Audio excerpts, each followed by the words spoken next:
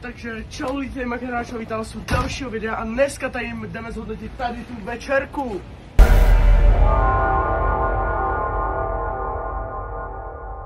Takže tady máme bramborové těsto na knedlíky, různé mouky, rýže, jak už to tak bývá, čočka, různé napečení.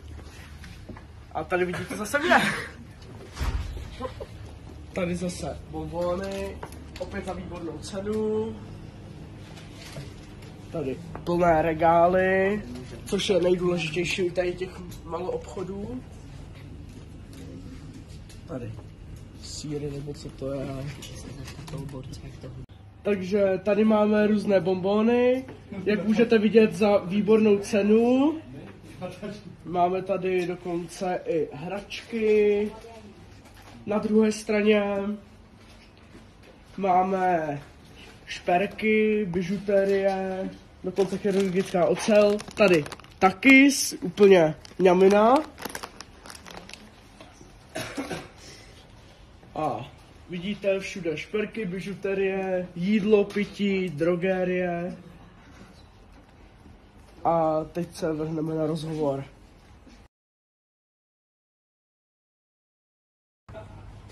Takže máme tady nějakého zákazníka. Jak hodnotíš tady ten obchod?